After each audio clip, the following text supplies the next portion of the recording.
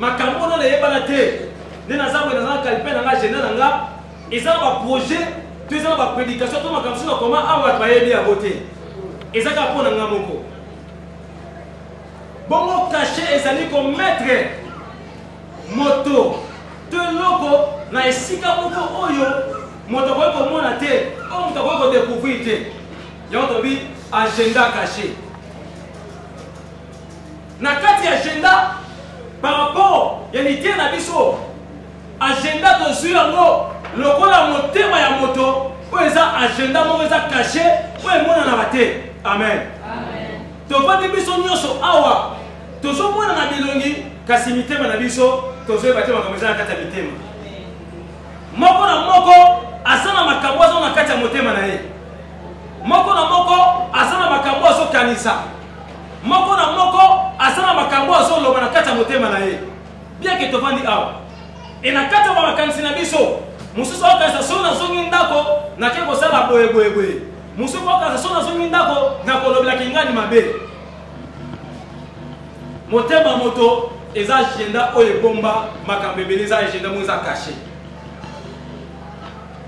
na kati ya agenda babi eza makambo eza note ko basokoma biloko oyo ebombama oyo moto ayebi te ebibi oyebisa biso na mokanda na Jérémie chapitre nango du 7 verset 9 ilobi ete motema ya moto eza mabe na koyi koyeba soki nzambe te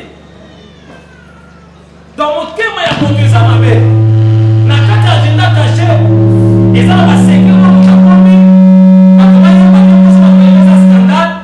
na kati ya agenda caché eza mpe na makambo moto abongisa ya malamu soki asala moto asepeli mais mingi na kati ya bagenda caché makambo ya somo nde moto ebombamaka wana nzambe alobi motema ya moto etonda makambo ebele nani ayebi so eza ye wote nzambe na kati ya mitema ya bato makambo ebele panda bato ebele baza na makambo bakanga na mitema muso abapeke na kosolisaki ngani ti mokolo ngani to na lola nani ayebi soki na lola binebi bakota moto mususu alapa ndai soki na solisi ye loba papa oyo akota ngai asekwa moto alapi ndai na makambo moko songolo moto akomisi motema ne agenda oyo ebombi makambo oyo bato mosusu bayebi te me po esala moto mabe ndeko moko ya musique profonde aloba moto oyo baoke koboma ayebaka te moto baoke koboma ayebaka te kala mingi toko mebembe me moto oke koboma ayebi donc na kati ya agenda ya moto moko ye moko ayebi makambo akomi mpe ayebi makambo akosala na kati ya makambo akomeli yango nzambe abi motema ya moto etonda na makambo mabe na akoyeba ngo soki nzambe te toza verset moko totelemi totala bible verset za momula yime tokosote 2 Samuel chapitre 13 verset 1er kino na 17e verset 2 Samuel chapitre 13 verset 1er kino na 17e évangélement lisolo oyo ya pasi lisolo oyo ya mawa lisolo oyo koyeba ondima te me makambo ezosalama na kati ya vie ya bato 2 Samuel chapitre nango 13 verset 1er kino na 17e verset Tamar akei valabela ndeko na ye ndeko na sali mabe bien aimé na pokwa lelo baamino nyonso accompagné na bajonathan oyo bazosala bagenda mabe mpo na biso oyo bazala bagenda caché tokotika bango kimia te bible elobi ete il n'y a pas de paix pour les méchants baméchant bazala toa kobana kimia te moto nyonso za amino ya vi na yo moto nyonso za jonathan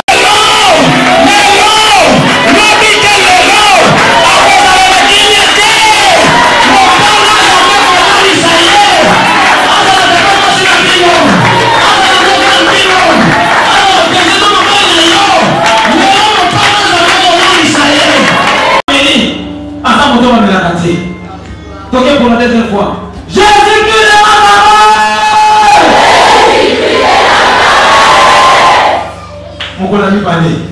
Kama dereva ndiko linga. Mara nyingi kwa nini nzoto na hiyo? Complication ni bana na ndoto na hiyo. Leo tika ndoto na hiyo. Tana wale tika deja. Ezotika.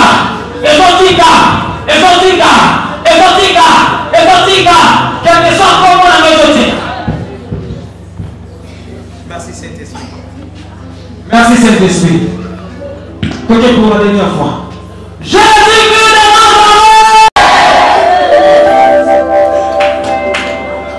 Tant que vous êtes besoin de tabato. Tant que vous avez besoin de ami. Allez, bima kata kunda, bima biso matendo bima. Sors. Au nom puissant de Jésus-Christ de Nazareth. Tout esprit impie, je t'ordonne de quitter. Sors maintenant. Sors. Quittez. Bima. Sors. Bima. Sors. Bima. Moto za besoin de la carte de toi. Moto za carte de toi. Maladi nyonso batia ki ezosika tala komona dumu nayo. Allez, moto za mikona. Moto. Levez les touches maintenant. Allez, malade sika tala komona yo. Levez les touches. Moto. Allez, bima. Et là, on sika. Moto. Tala komona besoin de komona.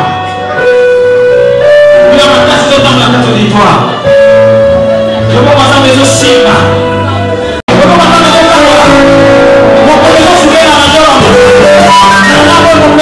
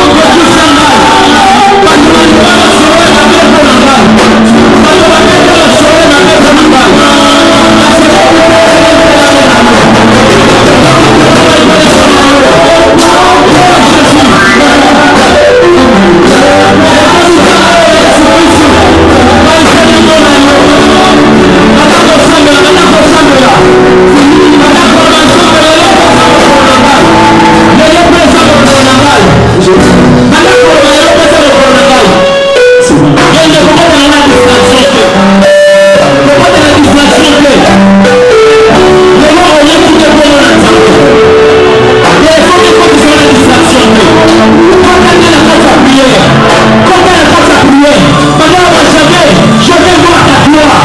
Pendant qu'on va Jésus, je vais voir ta gloire. Là où ça a été, ici là on a vendu, là on a fait mon aïe. Ici là on a vendu, là on a fait mon jamais l'aïe. C'est possible.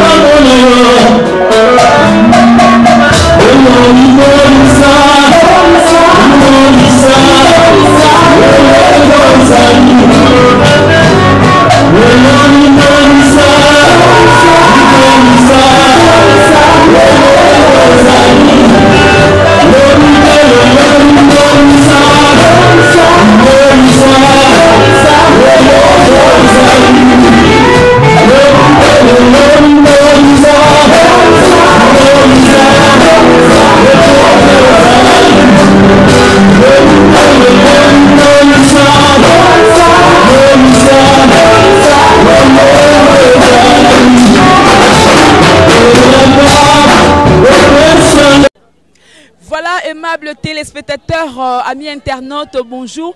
Partout, vous êtes connectés sur EHP Média. Alors, aujourd'hui, pour le compte de l'anniversaire de Pasteur Kossi, le jeune lion, le frère Kizaou, c'est son anniversaire aujourd'hui, le 10 octobre. Alors, Toza Awa dans l'église centre missionnaire en Antioche, place Oyo, Azad DG par Pasteur Jérôme. Toka le Pasteur Jérôme, Tata Langa Molima, Pasteur Jérôme, Nakamba Minaye. Alors, le quoi Ndimakaye, ni Toza Awa, mais tout au bout de partout.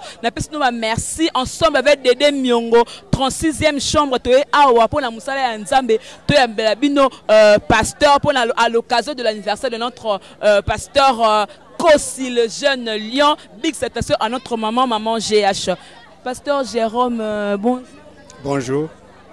Papa, tu pas moi non Nzambe la journée mokola lelo anniversaire il y a Mosala Nzambe oyo aza encadré par yo et puis andimaka yo partout tambola ka pasteur Jérôme, ça veut dire que azwa pena maté ya bien ça makola papa aza rebelle ndeba na mususu bandima batata ba père spirituel na bango te okolo banini na journal le 10 octobre pour na pasteur Kossi mukona lelo. Je crois que motema nange tondi samine sengo parce que non seulement ils ont anniversaire naie mais coïncide na démarrage à séminaire munene oui, Bandilelo le 10 octobre 2017. Nakoloba solo ko confirmer que évangéliste Kossi a zapena Moussali Nanzambe. Azali vraiment appelé comme évangéliste et appel naie et zapena confirmé non seulement l'église Antioche, même la communauté nabiso KDC. Parce qu'il a été reconnu officiellement dans l'autorité ya KDC. Toni Samine Sengopo était na lingomba Antioche biso tondimaka grâce aux akati na mutu. Et tout ça, qui était motoaza na ngolu ya Nzambe, grâce à Nzambe, et ça la pour la utilité publique. Yango lelo, nzela epesa milie pour na côté à peuple de Dieu et na kanisi yomoko vivre, makoki Nzamba tiakati na ye, batu bakangolami, batu basepeli na message. Oyana na kata église otango ayaki penza oyamba kiye. Et ça le marana ndenge ni la mo pousser pour que ba la nyos tu ya EHP ba pasteur Kossi ayaka boy lelo pa comme ndenga za. Évangéliste Nkosi aye na Ikodim. Aza mwana oya botami na molimo na kati na église, akoli kati na église, pe nzamba benye na ministère kati na église. Do aye pena lokola mwana mokia bandi bana na Ikodim. To encadrer ko bana na Ikodim ti akoli lelo akomi évangéliste. C'est vraiment aza pena mbuma ya Lingomba Antioche. Pe lelo ezali fierté na biso komona ete ministère na izo pambola non seulement bato Antioche mais zo pambola ba congolais nyonso, même bato ya libanda tango bazolanda Matéa na bazali béni pour nous, c'est une grande fierté. Et ça le côté moi parce que non ndenge d'abo moi ba inquiétude adam mosala ndame na kata église à télémaka mais côté kuna pe asala rapé théâtre auto yebi lelo théâtre bato ba mélanger na mabelé belé mutu soko da comme da célèbre akobosa na pe nzame na place moko parce que ngala l'équipe belé parce que Nkosi frère Kizaou tango yosko tango mona rango olobara net ndenge. Inquiétude de cause à la tête parce que tous en a confiance na Matéa oyo azwa pe azokoni ko zwa katikati na Lingomba. Moto akoli na Matéa ezalo kola nzete za na baracine. Baracine ezali doctrine, baracine ezali ba message oyo azu uta bo mwana na ye, lokola za nzete oyo telemi na baracine wana tokoyi ko banga te akoyi ko pengwa te malgré ninga zo nzamba zo tombola ye pe ako continuer ko tombola ye akopengwa ta mokolo moko te parce qu'azali bien encadré. Balanzambe moi liloba moko okoyeb sa bana peuple de Dieu au bolano de partout de la part il y a pasteur Jérôme Bazapé béni na EHP. Et là qu'on a reçu na peuple de Dieu peut en déconioso ba soutenir de concours na prière. Ce qu'un enfant de Dieu peut demander c'est d'abord la prière. Bande konioso ba sipela na nkosi ba sipela na ministère na ye ezana théâtre ezana église ba soutenir dans la prière parce que tant nzamba zo tombola moto Satan peut atelema kapona kubundisa. Oyo ndeko nkosi azana ngo posa d'abord c'est la prière na sengina ndeko nyonso alinga nkosi asambela pona ye. Merci beaucoup pasteur Jérôme. Donc toza awa na centre missionnaire Artioche donc au monde pasteur Jérôme le bien encadre vraiment l'évangéliste Nkosi le jeune lion donc azana sama ko la papa pasteur Jérôme merci mingi na koya malanga batu mususu to le bara que non to sepelara anniversaire parce que Nkosi a sepelana ayego ko sala ngona église misu bino ko na fêter l'anniversaire no wapi na ba boîte papa sima lo yenge biso ba mbongo mais tala place ya fêter pour la église pour na kumsa nzambe maman soko ki na ko pusana balani so EHP na vraiment la maman oya boté libiso évangéliste Nkosi les jeunes lions le frère Kizaou ndebo mesana ko benge ningi na sala maman bonjour. Bonjour.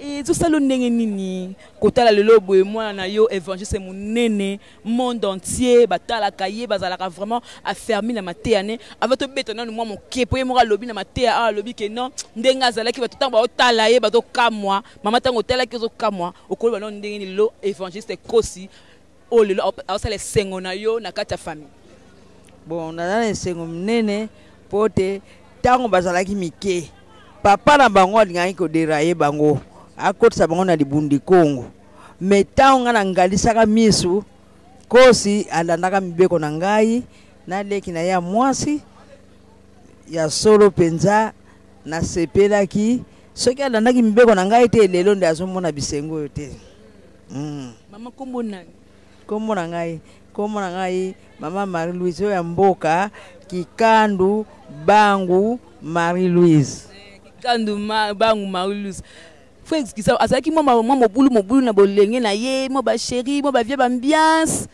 en tout cas ambiance comme tel penza ezalaki te moi mobulu ya bana mike ezangaka te wana ezangaka te mais oyo aliki amemisanga ngambo nasala boye nazongisa boye ezalaki te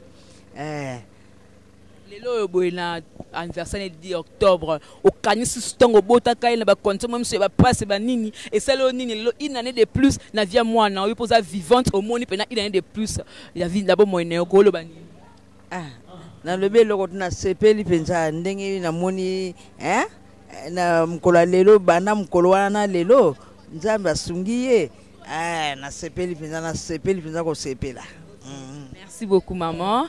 Donc voilà na zeli maman na biso maman aboteli biso l'évangile Nkosi. Ce qu'on a benga maman Anna voilà donc maman Anna bonjour. Bonjour.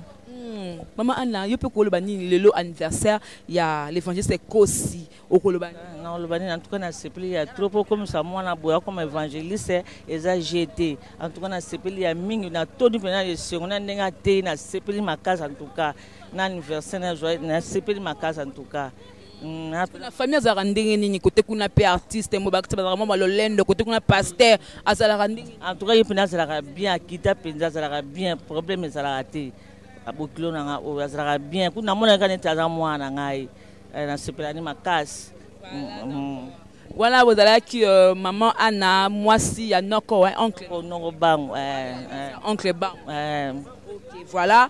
Dans mon voilà famille vraiment il y a évangéliste Kosi, bon pasteur Jérôme, maman pas lobby, maman pe Anna pas lobby, ça veut dire que évangéliste Kosi a ben mosala nzambe. À part que ça la musala sala, on a posé la profession, mais azab mosali nzambe l'évangéliste Kosi et ça lit bien de ban nzambe tout de partout. Vraiment, notre cordon équipe Bumba, merci pour le travail.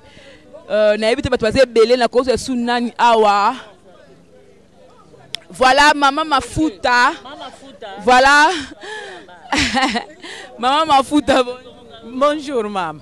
Tout ça, pour l'anniversaire, il y a pasteur Kosi. Moi, c'est un gars qui est au Kolobani. Pasteur Dietou. Won université di yan ke ben to mane to ndek ben nzambi ka yikila bena ba kondel ke ben nzambi ngolo vina lingala ba mama ki to malenda ko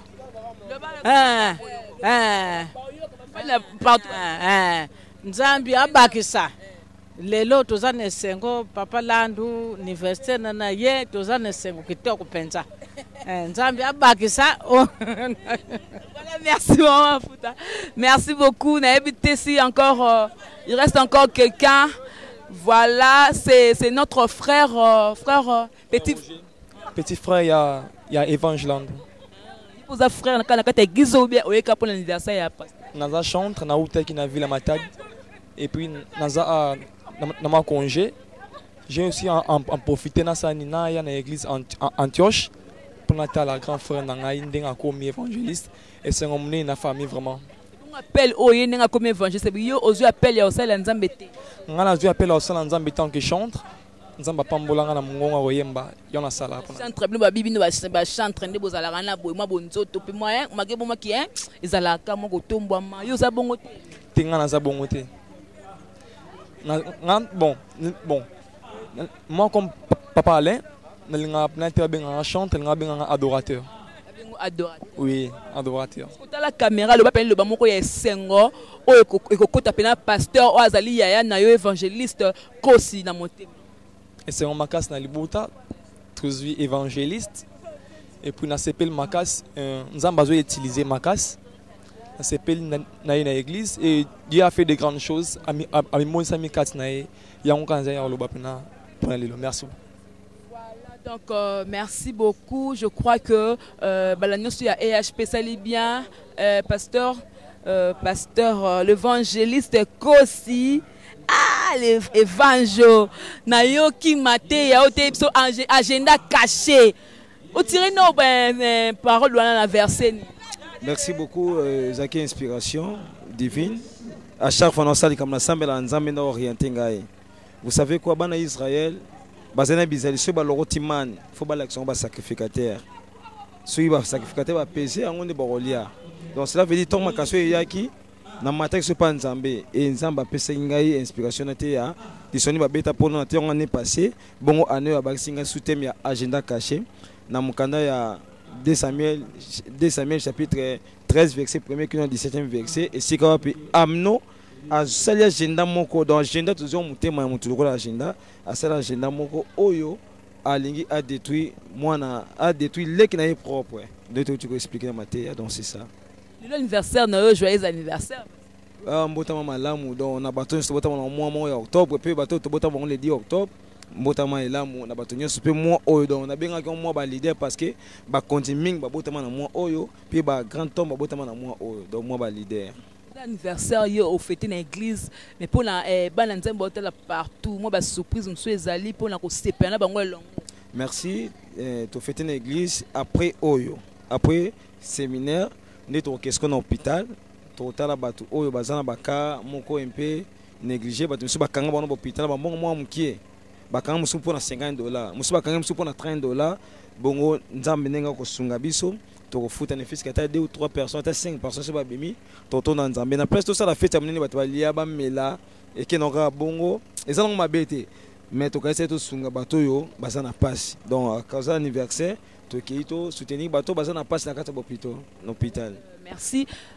Banini parce que tozui culte ndenge qui en tout cas les qui to bala nzambe tout au Bolanda prière oya pasteur Kosi évangéliste non nzambe vraiment zaki au rendez-vous to sepeli makasi okolo bani parce que to comme déjà na sou. Merci Miko plutôt Benstrima baba flé mege ko déranger bitumbe zaki makasi voir même ba affiche nyo to affiche ki na banzela bato balongolongo yebanité mais autant de affiche mso ya kala bani le ka batiki mais oyo nyo sezaki longwaki mais nzambe ndem tabenda rabato tinda rabato donc nzambe atinda ki bato ona ko loba boko landa matia ndenge zo kokende nde wetali oyo botali susu oyo ekoya pe na suka longo comprendre que nzambe aza monene so ça si je sors remarque tout comment comprendre qui bien tout verset benganga na plus 243 89 52 667 plus 243 89 52 667 donc c'est ça.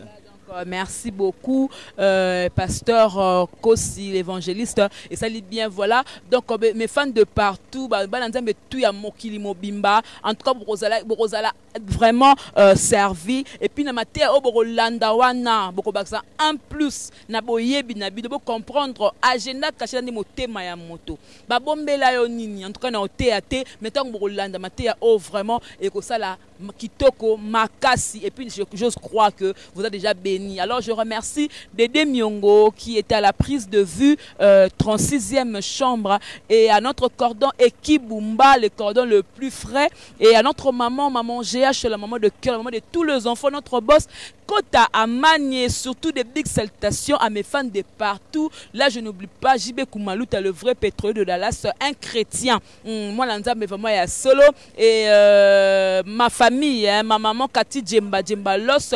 Tout le monde au Bolinganga, je vous aime, je vous amour et nous allons nous retrouver prochainement toujours dans ces mêmes micros et puis dans votre émission Micro Libre qui vous est toujours présentée par moi, Jemima Ibé, le gros bébé de la presse congolaise, la femme riche, la giga de la presse congolaise. D'ici là, portez-vous bien, au revoir.